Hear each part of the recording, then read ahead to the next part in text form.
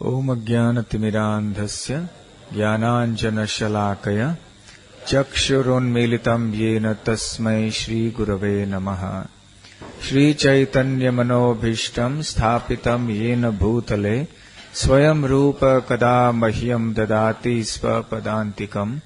वन्देऽहं श्रीगुरुः श्रीयुतपदकमलं श्रीगुरून् वैष्णवांश्च श्रीरूपं साग्रजातं सहगण रघुनाथान्वितं तं सजीवं साद्वैतं सावधूतं परिजनसहितं कृष्ण चैतन्य देवं श्रीराधा कृष्ण पादां सहगण ललिता श्री विशाखान्वितांश्च। नमो ओं विष्णुपादाय कृष्ण पृष्ठाय भूतले श्रीमते भक्ति वेदांत स्वामिन्निति नामिने। नमस्ते सारस्वते देवे गौरवाणी प्रचारिणे निर्विशेष शून्यवादी पाश्चात्य देश तारिणे। जय श्री कृष्ण चैतन्य प्रभु नित्यानंद श्री अद्वैत गदाधर शिवासादि गौर भक्त वृंद। हरे कृष्णा कृष्णा कृष्णा हरे हरे, हरे राम राम राम हरे हरे। हरे कृष्णा। श्रील रूप गोस्वामी भक्ति रसामृत सिंधु ग्रंथ में 64 ऐसे अंगों का वर्णन करते हैं जो भक्ति कहलाते हैं।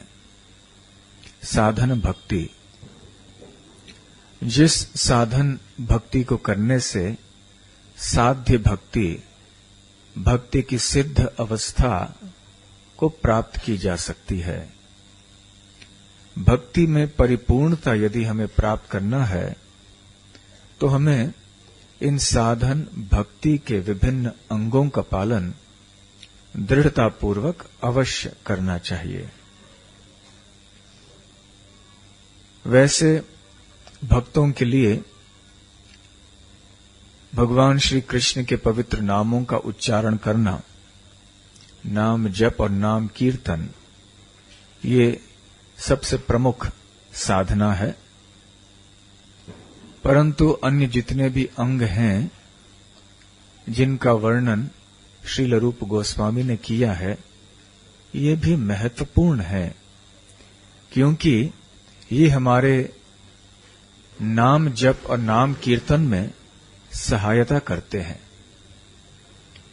यदि कोई व्यक्ति इतना आगे बढ़ा हुआ हो भक्ति में कि उसके हृदय में हरि नाम के प्रति बहुत तीव्र इच्छा है, तो वो केवल दिन रात नाम लेते बैठेगा, जैसे हरिदास ठाकुर है। परंतु ऐसे महान भक्त भी अनेक अन्य अंगों का भी आश्रय ग्रहण करते हैं। जैसे श्रील गौर किशोर दास बाबा जी, जिनका तिरुभाव दिवस कल ही था, वो अपने नाम जप और नाम संकीर्तन के अलावा नरोत्तम दास ठाकुर महाशय के भजनों को, उनकी कविताओं को वो गाया करते थे नित्य नियम से। तो रूप गोस्वामी बताते हैं कि इन 64 अंगों में से एक अंग है स्तव पाठ, स्तवों का पाठ करना। स्तव, स्तोत्र, विज्ञप्ति, ये सब विभिन्न तरह की प्रार्थनाएं हैं। भगवान का गुणगान इन विभिन्न पद्धतियों से होता है। स्तोत्र का मतलब है कि जो ऐसे भगवान का गुणगान है जो कि शास्त्रों में पाया जाता है, जैसे नरसिंह स्तोत्र। हम रोज भगवान नरसिंह का गुणगान करते हैं। नमस्ते नरसिंहाय प्रह्लाद लाद दायिने तव कर कमल वरे नखम अद्भुत श्रृंगम। तो ये स्तोत्र है जो शास्त्रों में पाए जाते हैं। ऐसे अनेक स्तोत्र हैं जिनका पाठ हम करते हैं। तो स्तव क्या चीज होती है?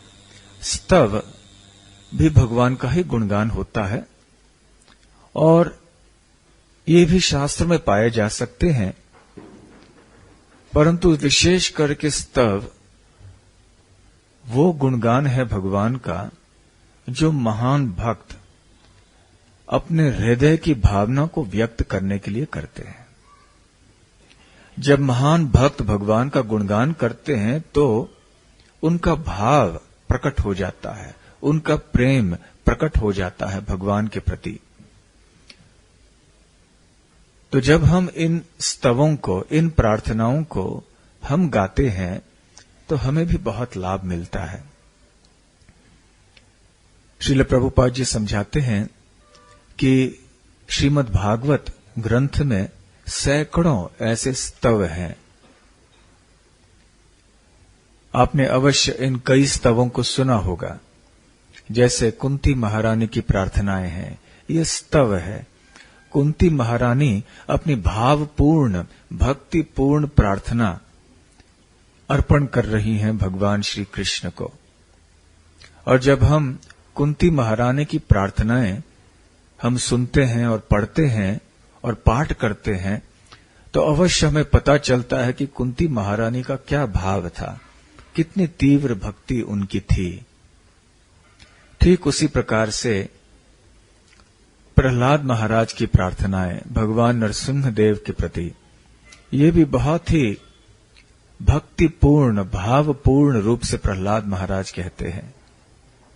तो ऐसे अनेक स्तुतियां हैं, अनेक स्तव हैं। तो इन स्तवों का पाठ हमें करना चाहिए, ऐसे रूप गोस्वामी बताते हैं।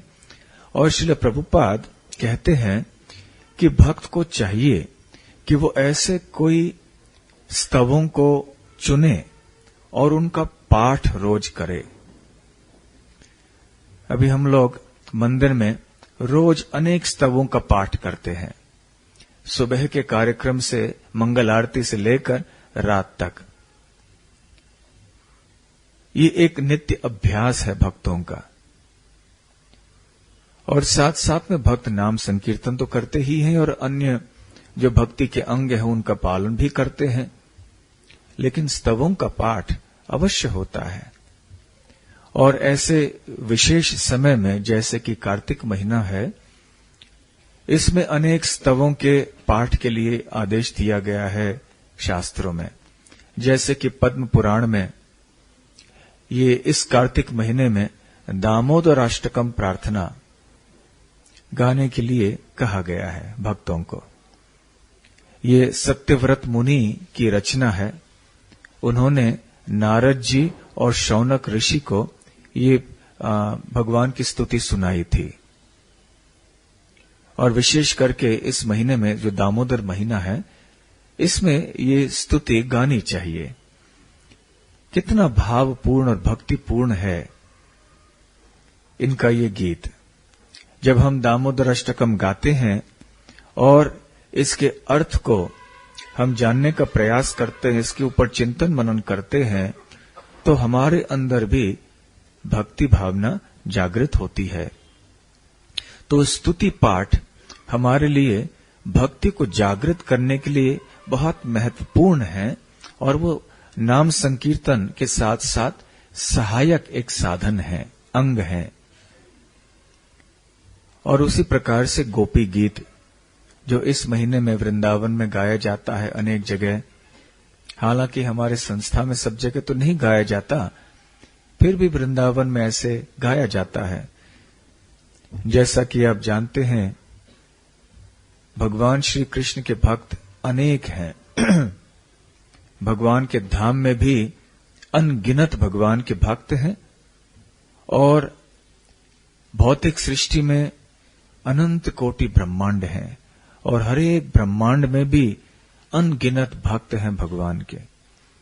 परंतु इन समस्त भक्तों में से सर्वश्रेष्ठ भक्त वृंदावन के निवासी, व्रजवासी माने जाते हैं। और व्रजवासियों में से भी सर्वश्रेष्ठ भक्त गोपियां मानी जाती हैं।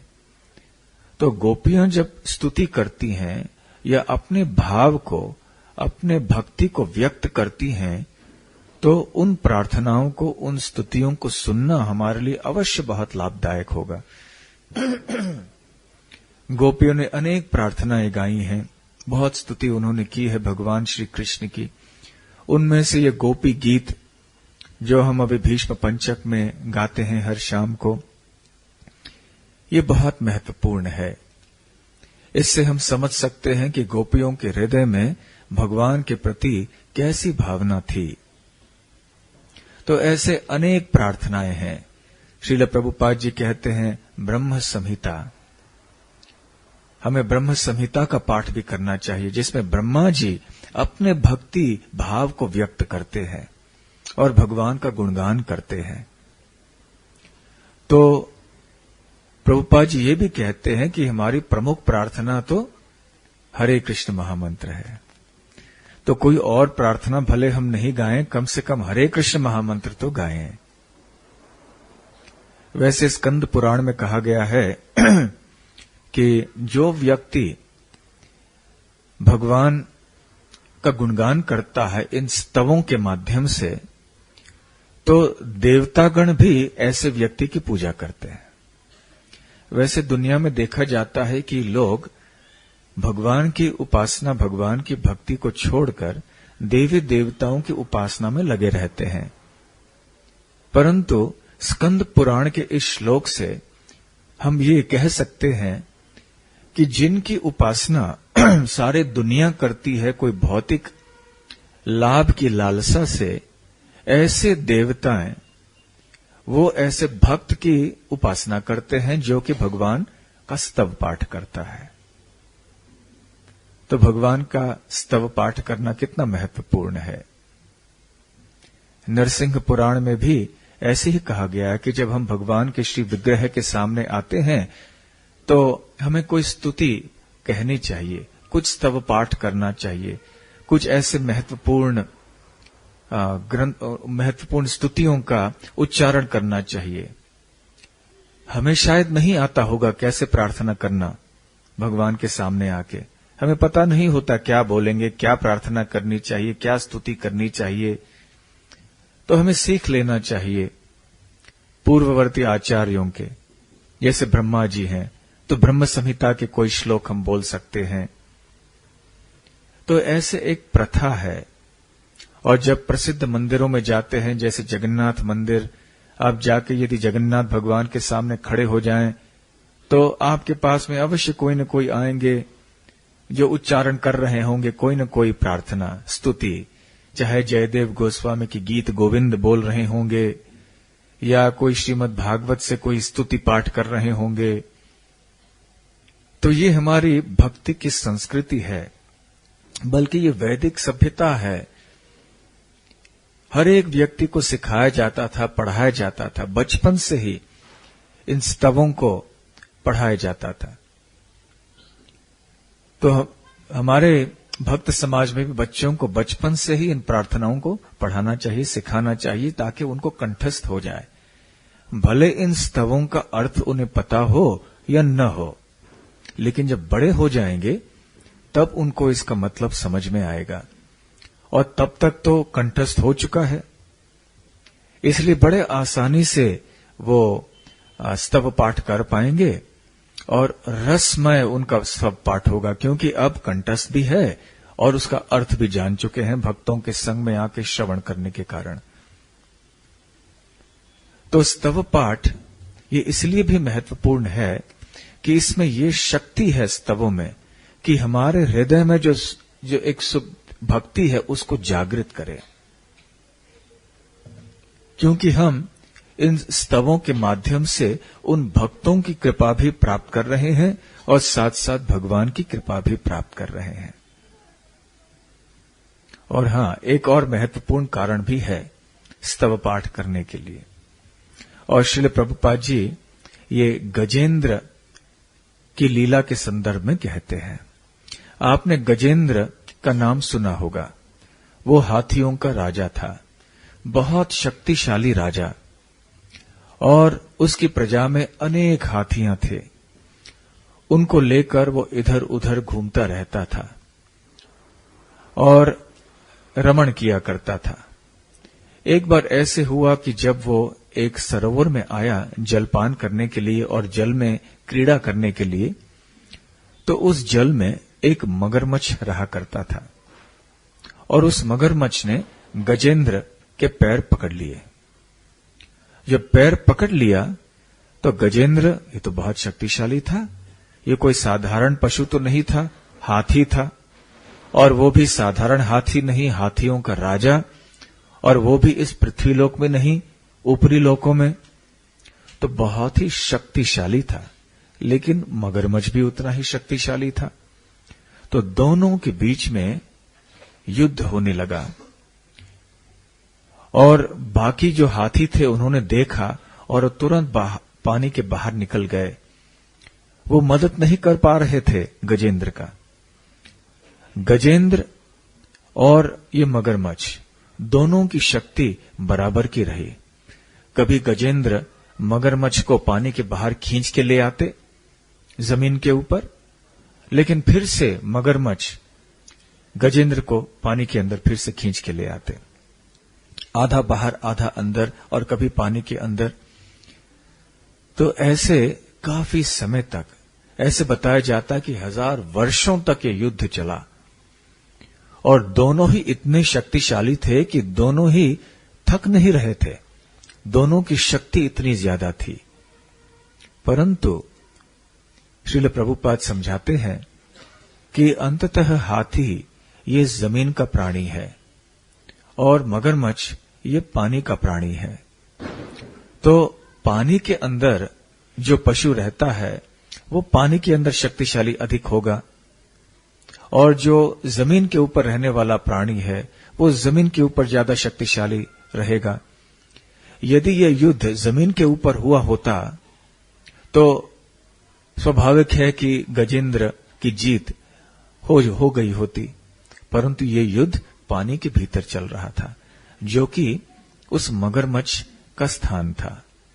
इसलिए जैसे समय बीत गया, 1000 साल बीत गए, फिर धीरे धीरे से गजेंद्र थकने लगा, गजेंद्र कमजोर होने लगा और मगरमच्छ की शक्ति और बढ़ती जा रही थी।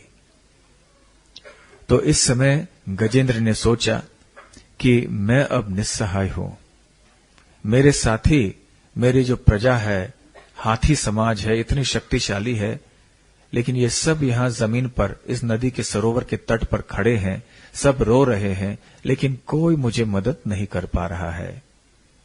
मैं अकेले यहां संघर्ष कर रहा हूं और मैं कमजोर होते जा रहा हूं। तो जिनके ऊपर मैं आश्रित था, अभी वो लोग मुझे मदद नहीं कर पा रहे हैं। तो गजेंद्र की इस विडंबना, इस अवस्था के बारे में प्रभुपाद जी समझाते हैं कि भक्तों को चाहिए कि वो भी अधिक से अधिक भक्तों के समाज में आए, जो कि हमारे भक्ति के लिए एक अनुकूल वातावरण है, जिससे हम भक्ति में शक्तिशाली हो जाएं। और यहां पे भक्तों के संग में यदि हम रहें और माया का आक्रमण हो भी, तो हम युद्ध करके विजय प्राप्त कर सकते हैं, क्योंकि हमारे पास वो शक्ति है। हम हमारे वातावरण, सही वातावरण में हैं, जहां पे हमें भक्ति की शक्ति भक्तों के संग द्वारा, नाम संकीर्तन, कृष्ण कथा आदि द्वारा प्राप्त हो रहा है। परंतु यदि हम भक्तों के संग में कम आएंगे या भक्तों के संग को छोड़ देंगे, तो हम ऐसे लोगों का संग अवश्य करेंगे जो कि भक्त नहीं है। तो ऐसे असत संग में हमारी भक्ति कमजोर हो जाएगी, और ऐसे कमजोरी की अवस्था में जब माया के आक्रमण आएंगे, माया के प्रलोभन आएंगे, तो हम उन प्रलोभनों के शिकार हो जाएंगे और फिर हो सकता है कि हम भक्ति छोड़ भी दें, हमारी साधना भी कमजोर हो जाए। इसलिए हमें चाहिए कि हम भक्तों के संग में हमेशा रहें। साथ साथ में ये भी कहा जाता है कि मृत्यु का समय भी एक ऐसा समय है, सबको आएगा मृत्यु, आएगा ना। जो जवान हैं उनको भी जान लेना चाहिए, जो बच्चे हैं उनको भी जान लेना चाहिए कि एक न एक दिन मृत्यु आने वाली है, और मनुष्य जीवन उस मृत्यु के घड़ी के लिए तैयारी करने के लिए है। तो जब मृत्यु का समय आएगा, इतनी पीड़ा होगी हमारे मन में और शरीर में कि यदि हमने जीवन भर अभ्यास नहीं किया हुआ होगा भगवान की भक्ति करने का और नाम उच्चारण करने का, तो अंत काल में हम नहीं कर पाएंगे। हम ऐसे कमजोर अवस्था में भगवान का स्मरण न करके माया के शिकार बन जाएंगे और हमें पुनर्जन्म लेना होगा। इसलिए हमें तैयारी करनी चाहिए। तो जब गजेंद्र ऐसे कमजोर अवस्था में था, वो सोच रहा था क्या करना चाहिए, मैं क्या कर सकता हूं, मैं निस्सहाय हूं। 1000 वर्ष मैंने धुआंधार युद्ध किया यहां पर, लेकिन ये मगरमच्छ तो पानी का प्राणी है और मैं भी पानी में हूं। तो फिर सोचते सोचते गजेंद्र इस निष्कर्ष पर पहुंचा कि इसके लिए एक ही उपाय है और वो है भगवान का शरण लेना। भगवान ही एकमात्र है जो मुझे बचा सकते हैं। वैसे इस दुनिया के भीतर जो समय है, काल, ये एक सांप के समान है जो सबको निगलते जा रहा है। जो भी व्यक्ति जीवित है, हमें समझना चाहिए कि काल रूपी सांप उसको धीरे धीरे धीरे से निगल रहा है। और जितने हम मृत्यु के करीब हैं, हमें समझना चाहिए कि उतना हम सांप के अंदर चले गए हैं। तो गजेंद्र सोचने लगा, हम सब इस सांप के द्वारा निगले जा रहे हैं, परंतु भगवान ही एक व्यक्ति हैं जो इस सांप के मुख से हमको मुक्त कर सकते हैं। तो मुझे भगवान का गुणगान करना चाहिए। ऐसे बताया जाता है कि ये गजेंद्र अपने पूर्व जन्म में एक राजा था जिनका नाम था इंद्रद्युम्न। और इस इंद्रद्युम्न राजा ने एक बार अनायास अगस्त्य ऋषि के प्रति अपराध किया था। तो वैसे किसी ऋषि, संत, भक्त आदि का अपराध करने से इसका परिणाम बहुत गहरा होता है। तो अगस्त्य ऋषि ने शाप दिया कि तुम एक जड़ प्राणी की तरह व्यवहार कर रहे हो, इसलिए अगले जन्म में तुम हाथी बन जाओ। वैसे तो इंद्रद्युम्न राजा बहुत पुण्यवान थे, इसलिए उनको एक हाथी के राजा का शरीर मिला, और वो भी ऊपरी लोगों में। तो उस शाप के फलस्वरूप अब इंद्रद्युम्न राजा गजेंद्र बन गए। तो इस समय जब पीड़ित अवस्था में गजेंद्र थे, तो उनको भगवान कृष्ण की कृपा से अपने पूर्व जन्म में सीखे हुए प्रार्थनाएं, स्तुतियां, स्तव आदि याद आए, स्मरण आया भगवान की कृपा से।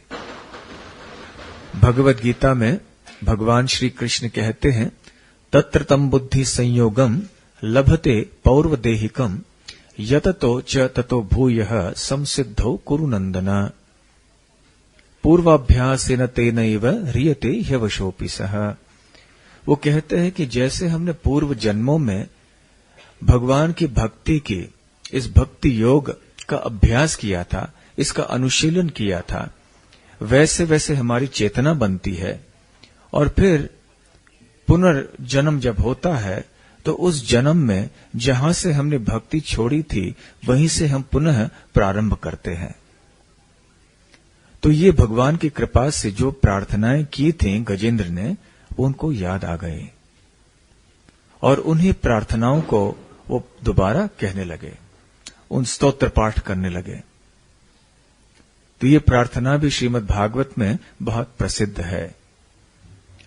गजेंद्र ने अपने हृदय से उस भगवान का आश्रय लिया और ऐसे उन्होंने भगवान के गुणगान किया स्तोत्रों के माध्यम से। और ऐसे करते करते भगवान ने सुन तो लिया, क्योंकि भगवान हमारी हृदय पूर्वक प्रार्थना तो अवश्य सुनते हैं। हमें ये नहीं सोचना चाहिए कि हमारे स्तुति, हमारा पाठ, हमारी सेवा कभी निष्फल होगी। भगवान तो सुनते हैं। तो भगवान ने सुन लिया और भगवान तुरंत चले आए गरुड़ के ऊपर सवार होकर, और उन्होंने अपने सुदर्शन चक्र से उस मगरमच्छ की हत्या कर दी और गजेंद्र को बचाया। जब भगवान विष्णु गरुड़ के ऊपर सवार होकर आ रहे थे, तो गजेंद्र ने उस सरोवर से एक कमल पुष्प उठाया और अपने सूंड से भगवान को अर्पण किया।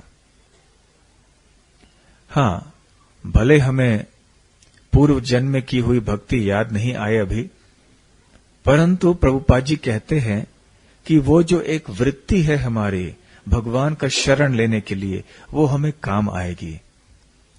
हमें तो प्रयास ऐसे करना चाहिए कि इसी जीवन में हम शुद्ध भक्त बन के भगवान के धाम में चले जाएं। परंतु किसी कारणवश यदि हम पूरी तरह से सफल नहीं हो पाते हैं, तो प्रभुपाद जी कहते हैं कि कम से कम जो हमने सेवा अभी की है, जो नाम उच्चारण किया है, जो हमने स्तुति पाठ, स्तव पाठ आदि किया है, वो हमें आने वाले अगले जन्म में काम में आएगा। फिर हमें याद आएगा, वो वृत्ति रहेगी हमारे अंदर, फिर हम आगे बढ़ेंगे उसी रास्ते में। तो प्रभुपाद कहते हैं कि भक्तों को ऐसे स्तव पाठ आदि करते रहना चाहिए, रोज नित्य नियम से करना चाहिए। हमें नहीं पता कि कब ये स्तुति हमें काम में आएगी, कब इसका लाभ हमें मिलेगा। हर बार जब हम स्तव पाठ करते हैं तब लाभ तो होता ही है, क्योंकि बार बार फिर उसका चिंतन मनन होता है। परंतु कभी कभी विकट परिस्थिति में भी हम इन स्तुतियों को याद कर सकते हैं।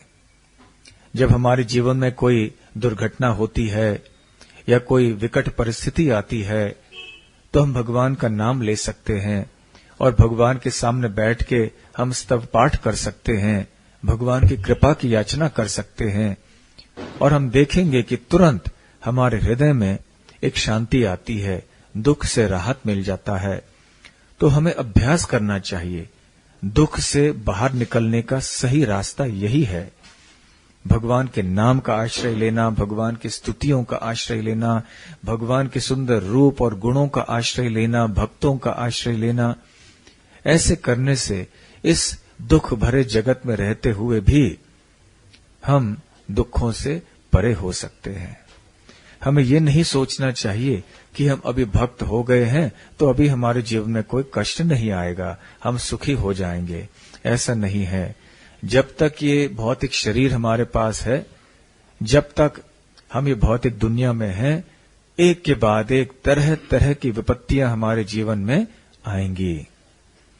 तो संसार की संपत्ति के पीछे भागने के बजाय हमें भगवान की भक्ति में अधिक ध्यान देना चाहिए। जो हमारे प्रारब्ध में लिखा है उतना होकर रहेगा। संपत्ति और विपत्ति दोनों में संबंध है। अब दोनों का अर्थ जानते हैं ना, संपत्ति और विपत्ति। विपत्ति का अर्थ क्या होता है? दुख, और संपत्ति ऐश्वर्य। तो संपत्ति और विपत्ति दोनों में संबंध है। तो हमें सच्ची संपत्ति की प्राप्ति करनी चाहिए, जो है भगवान की भक्ति। तो ऐसे इस महीने में विशेष करके हमें नाम उच्चारण, नाम जप, नाम कीर्तन करना चाहिए, और साथ साथ में जैसे दामोदर अष्टकम प्रार्थना हमने गाई, स्तव पाठ किया, वैसे आज हम ये गोपी गीत प्रार्थना भी गाएंगे। तो अभी ये बांटा जाएगा आप सबको, तो कृपया आधा आधा पीछे भी बांटना चाहिए, आधा इधर। तो दो भक्तों के बीच में एक कागज लीजिए। तो आप भी ऐसे सोचिए कि ऐसे कौन से महत्वपूर्ण और प्रमुख स्तव हैं, तो इनको हमें कंठस्थ करने का प्रयास करना चाहिए। ठीक है, कोई सूचना है ना? सूचना है। और गोपी गीत गाने के पहले एक सूचना है।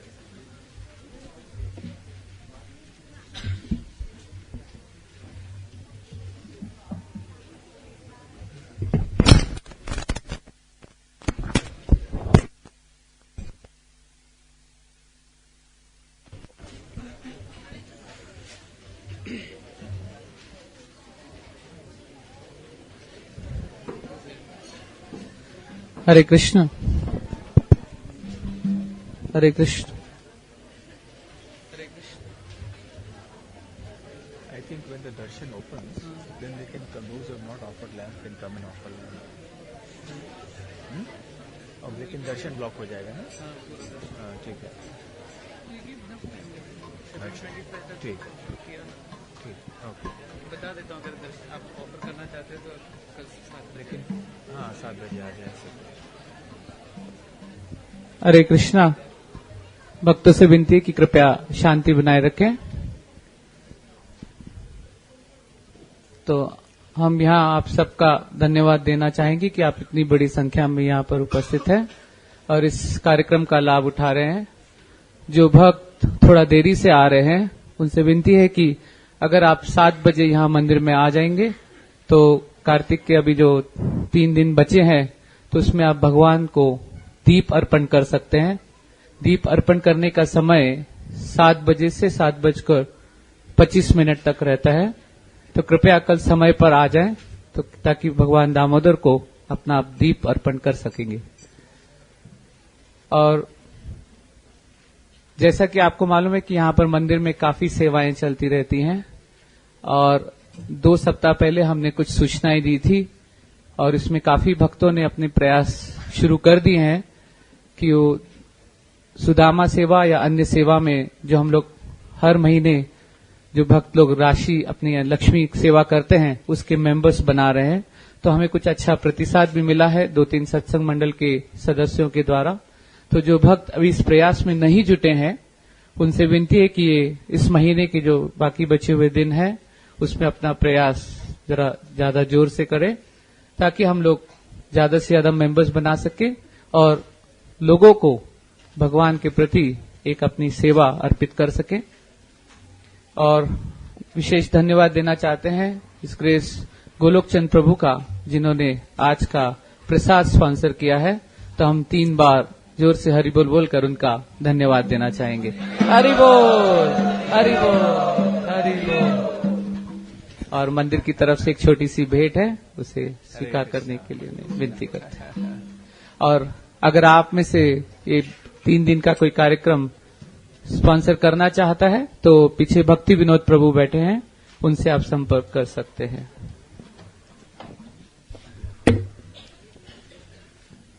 और जो आपको गोपी गीत का एक प्रश्न दिया गया है कृपया गोपी गीत समाप्त होने के बाद उसे लौटा दें।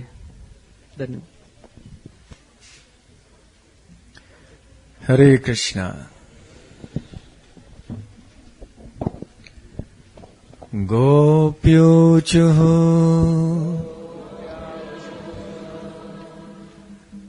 जयति तेऽधिकम् जन्मना व्रजा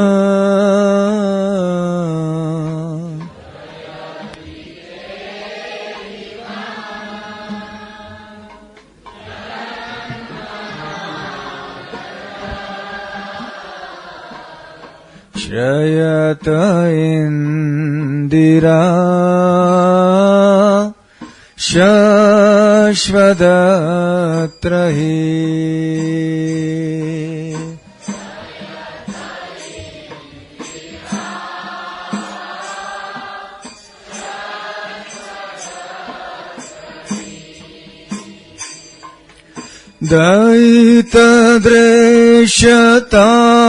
दयितदृश्यताम् दिक्षुतावकाश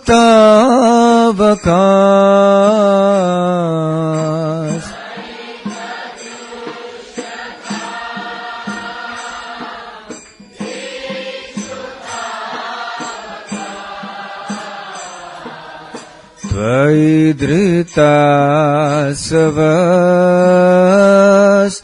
त्वां विचिन्वते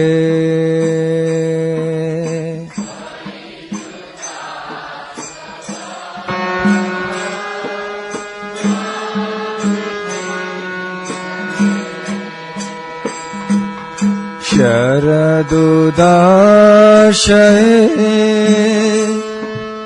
साधुजातसा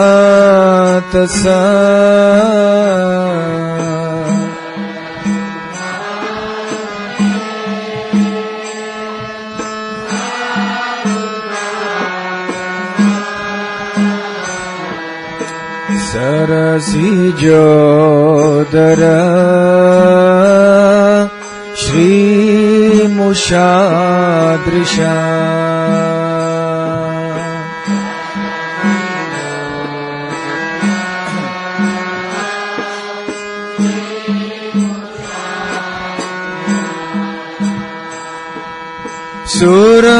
सुरतनाथ ते अशोक दासिका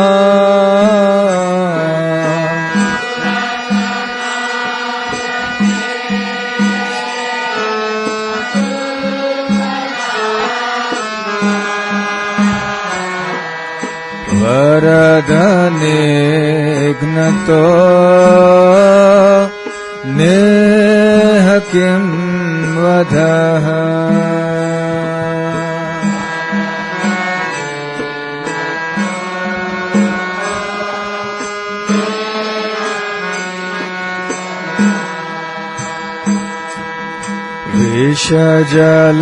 विषजलाप्यया व्यालराक्षसा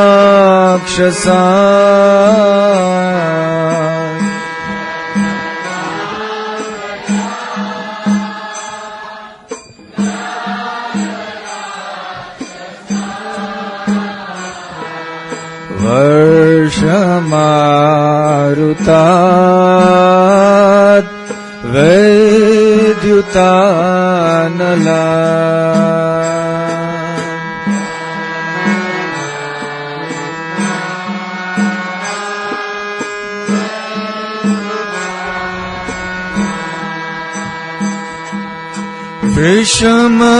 विषमयात्मजा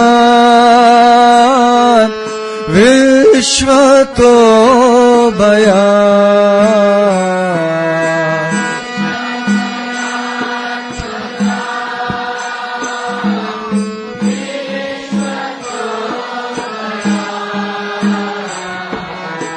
ऋषभते वयम् रक्षिता मोह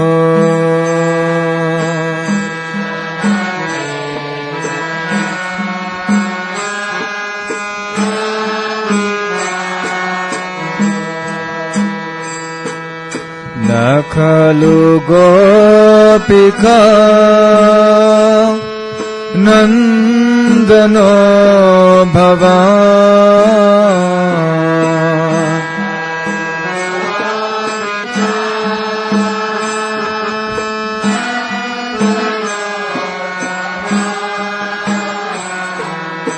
अखिल देहिनाम्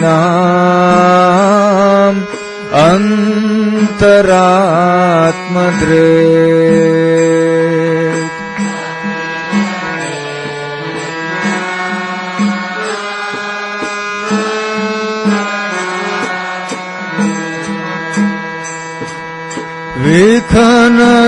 विखनसार्थितो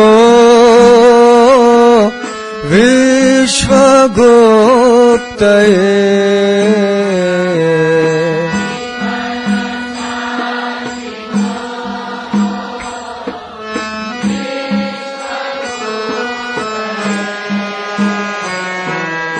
सखौ देवान् सात्वतां कुले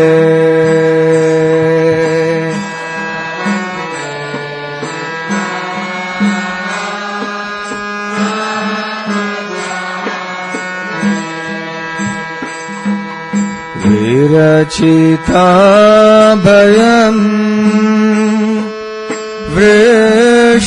वृष्णिधूर्यते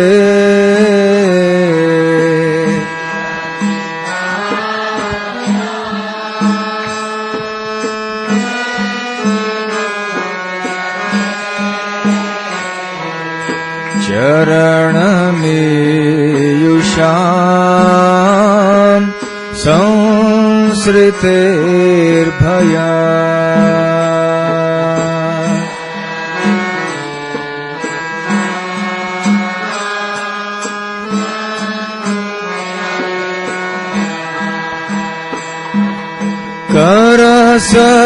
करसरोरुहम् कान्त कामदम्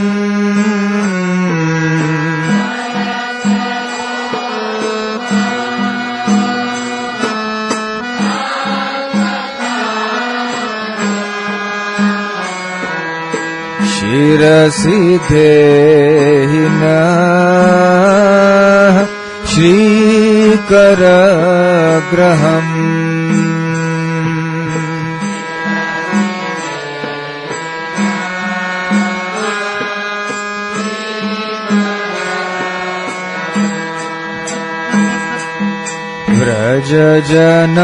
व्रजजनार्तिहन् वीरयोषिता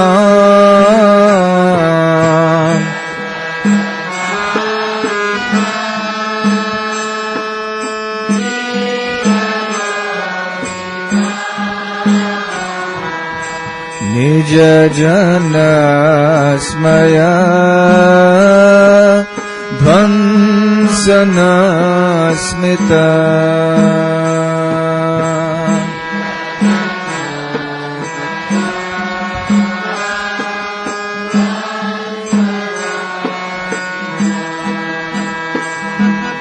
भज सखे भवत् किंकरी स्मनो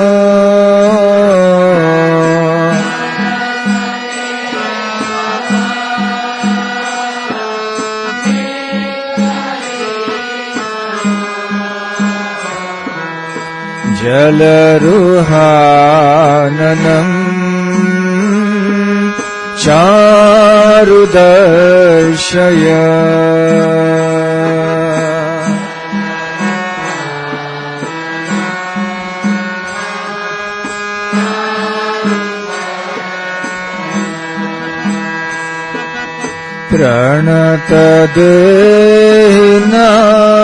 प्रणतदेहिनां पापकर्षणम्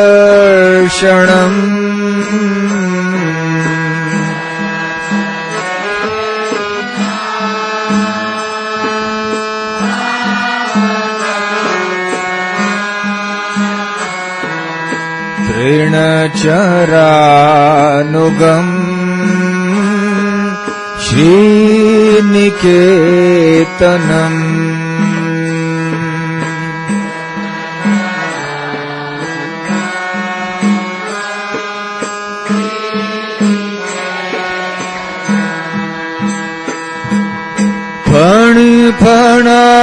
फणिफणार्पितम् ते पदाम्बुजम्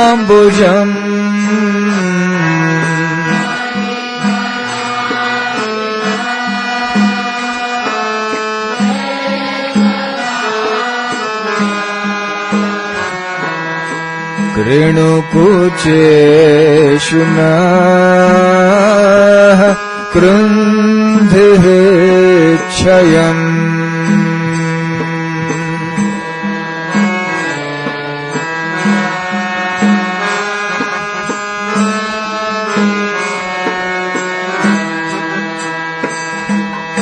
मधुरया गिरा वगुवाक्यया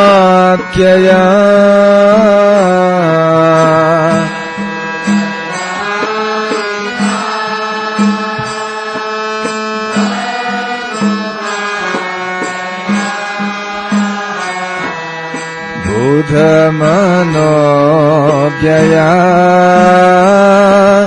पुष्करे क्षण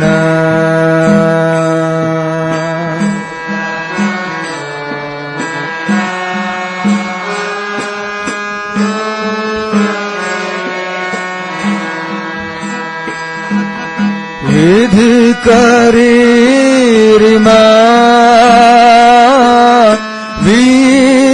वीरमोयति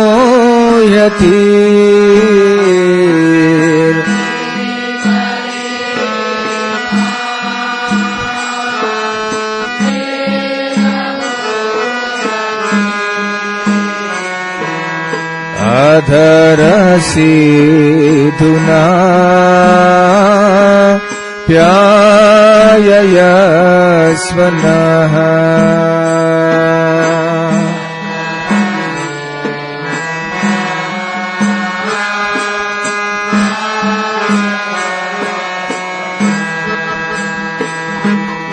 तव कथामृतम्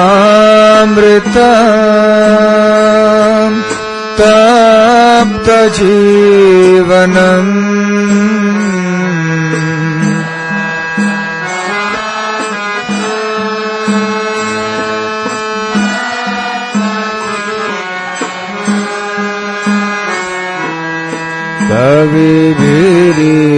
कविभिरीडितम्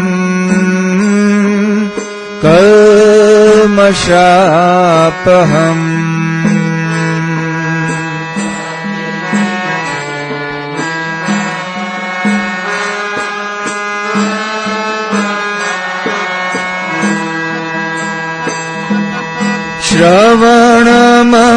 श्रवणमङ्गलम् श्रीमदाततम्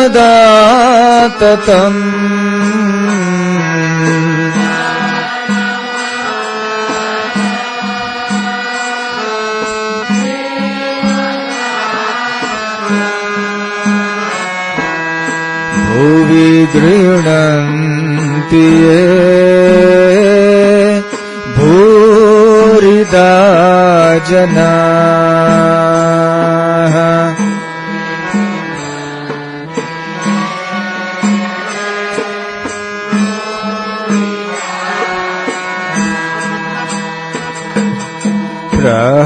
प्रहसितां प्रिया प्रेमवीक्षणम्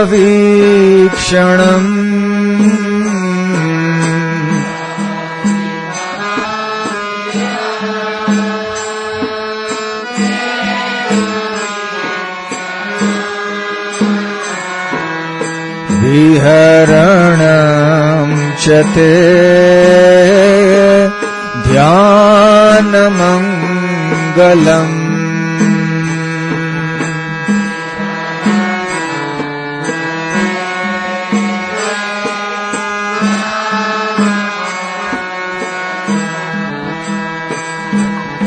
रहसि संविदो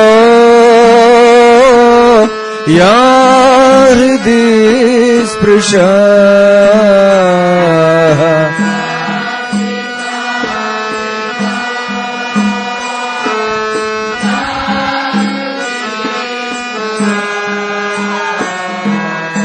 कुहकनो मनः क्षोभयन्ति हि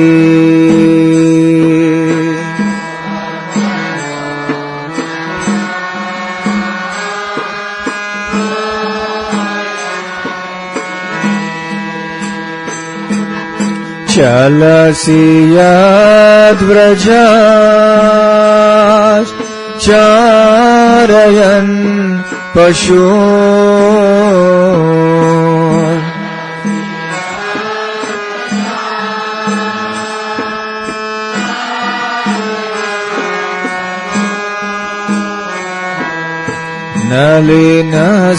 नलिनसुन्दरम्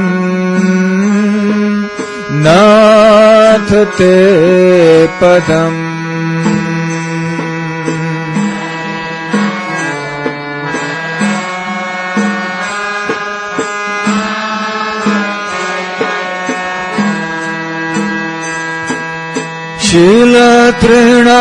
शीलतृणाङ्कुरे सीदतीति नः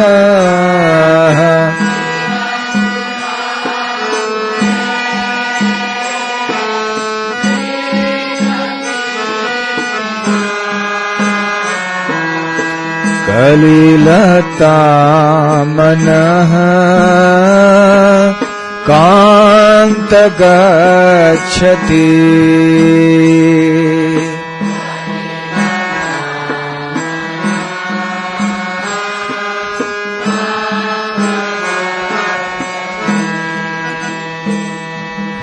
दिन परीक्षये नीलकुन्तले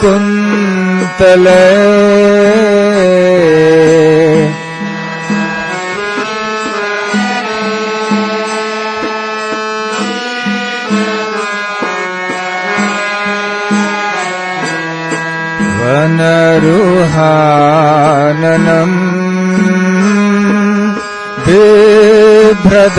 बिभ्रदावृतम्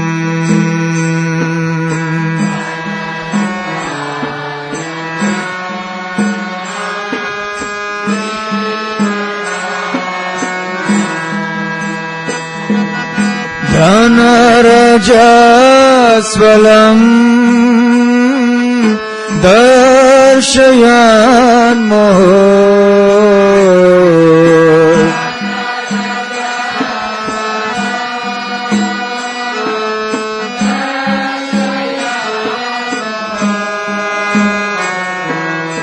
मनसि नः स्मरम् वीरयच्छसि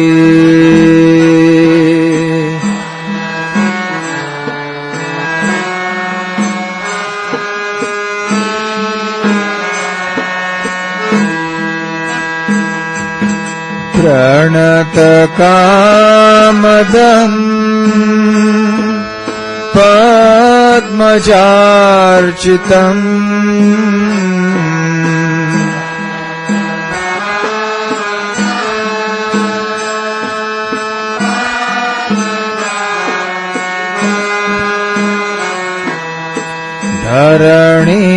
धरणिमण्डनम् ध्येयमापदि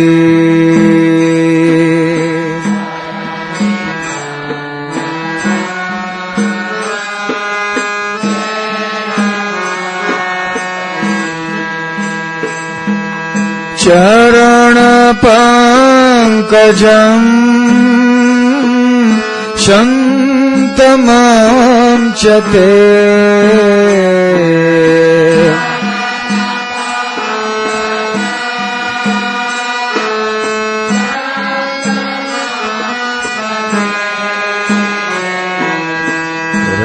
रमणनः स्तनेश वर्तयाधिहन्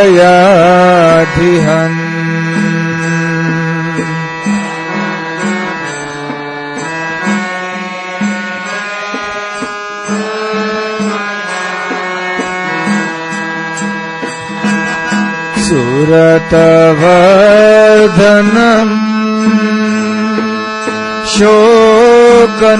शोकनाशनम्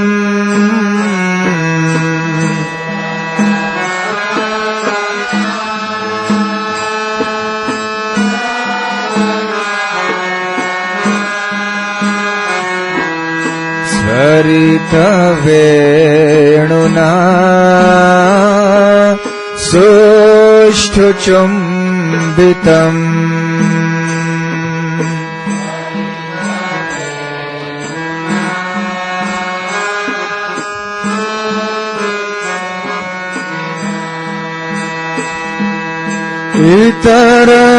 इतररागवे स्मरणं नृणाम्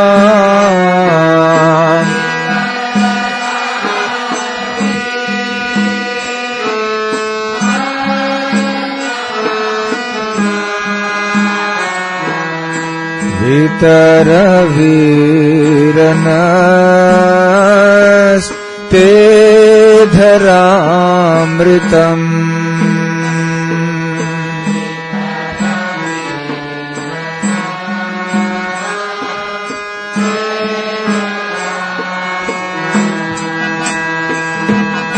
अटति यद्भवान् अह्निकाननम्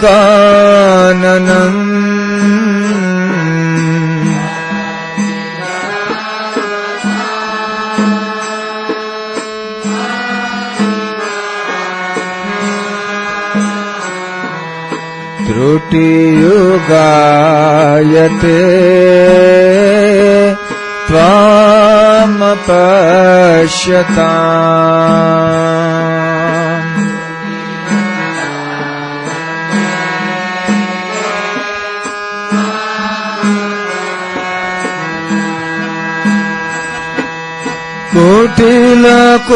कुटिलकुन्तलम् श्रीमुखं च ते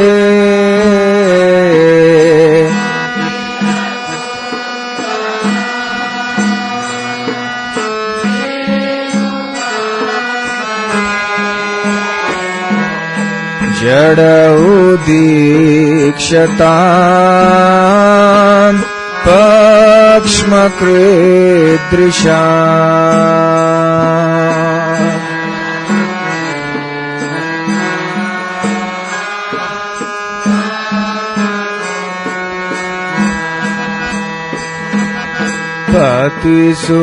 पतिसुतान्वय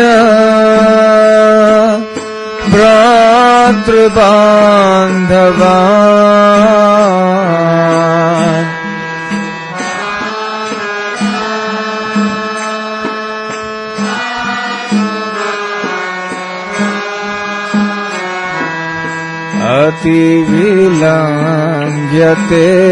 अतिविलङ्घ्यतेऽन्त्य अच्युतागताः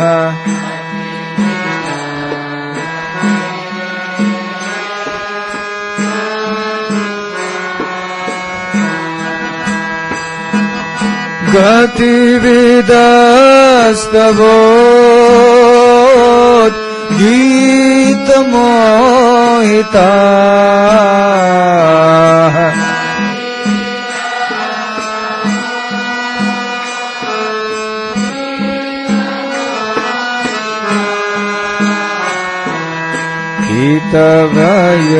हितवयोषितः कस्त्यजेन्निशि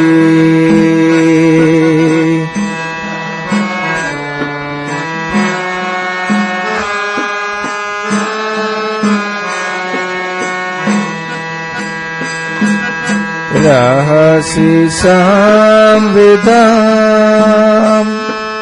हृच्छयोदयम्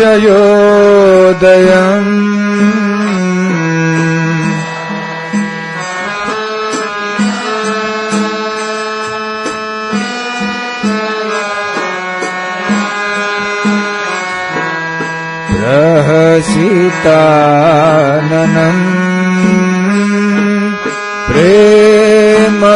प्रेमवीक्षणम्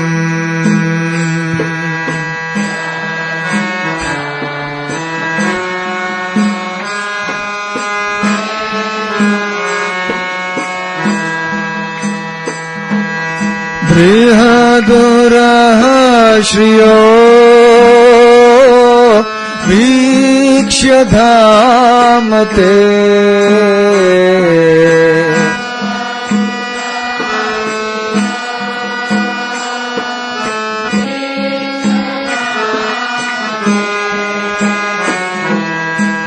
मुहुरति स्पृहा मोह्यते मनः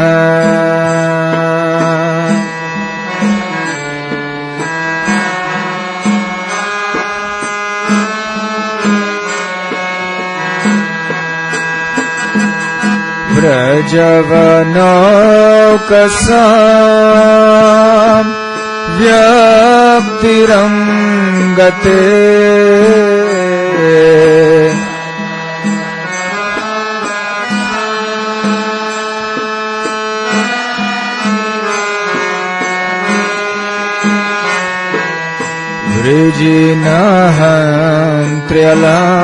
वृजिनहन्त्र्यलाम् विश्वमङ्गलम्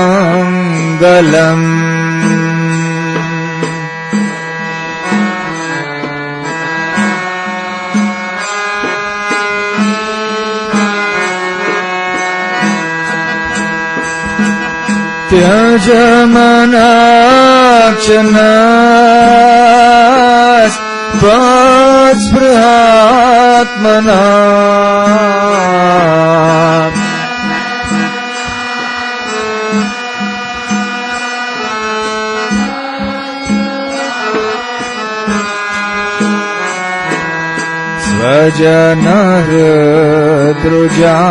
जनहृद्रुजाम् यन्निषूदनम्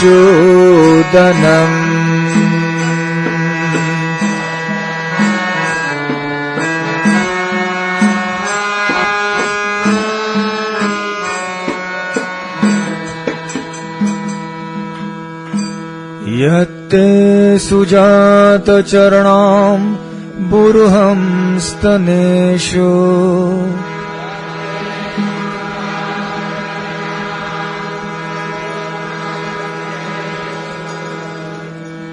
भीताशनै प्रियदधि महिकर्कशेषु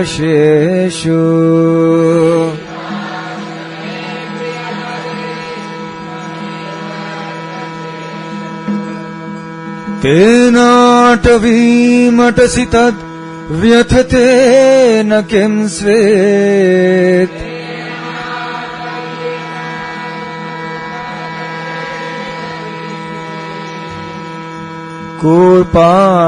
कूर्पादिभिर्भ्रमति धीर्भवदायुषाम्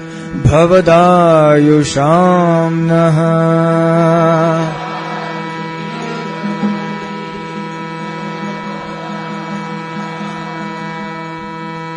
तव कथामृतम्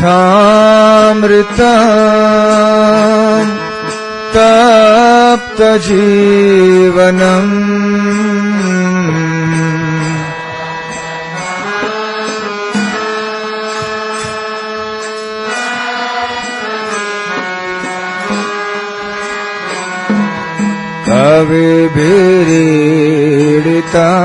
कविभिरीडितान् कल्मषापहम्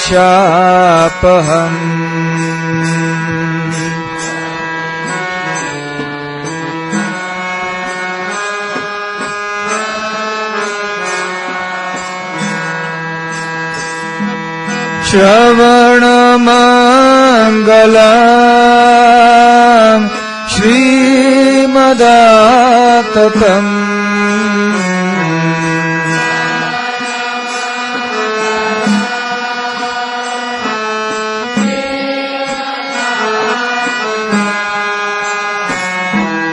भुवि गृह्णन्ति ये भूरिदा जनाः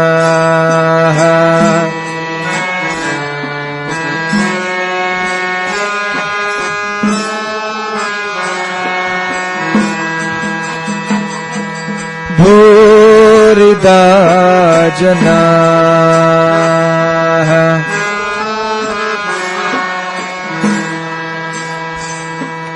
भूरिदा जनाः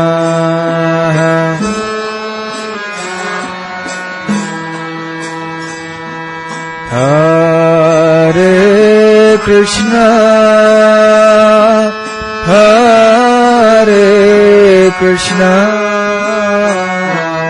कृष्ण कृष्ण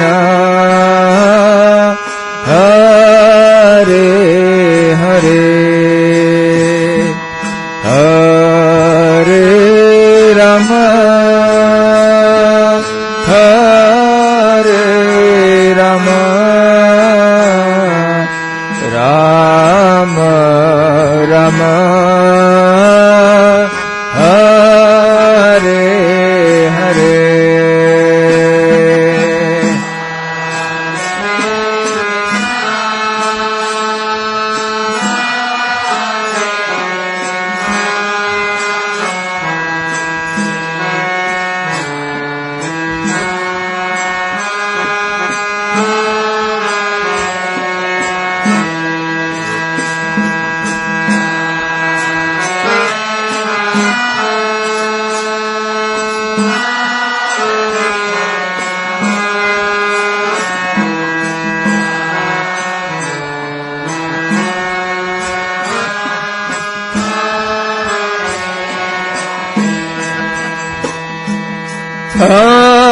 Hare Krishna,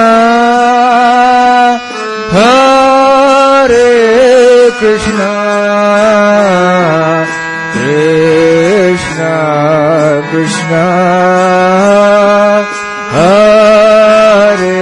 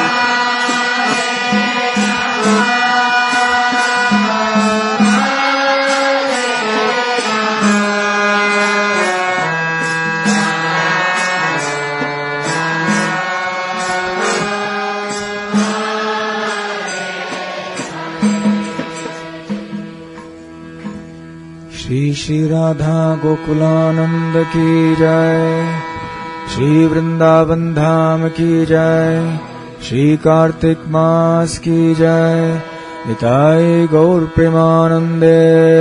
हरि हरि बोल। हरे कृष्णा।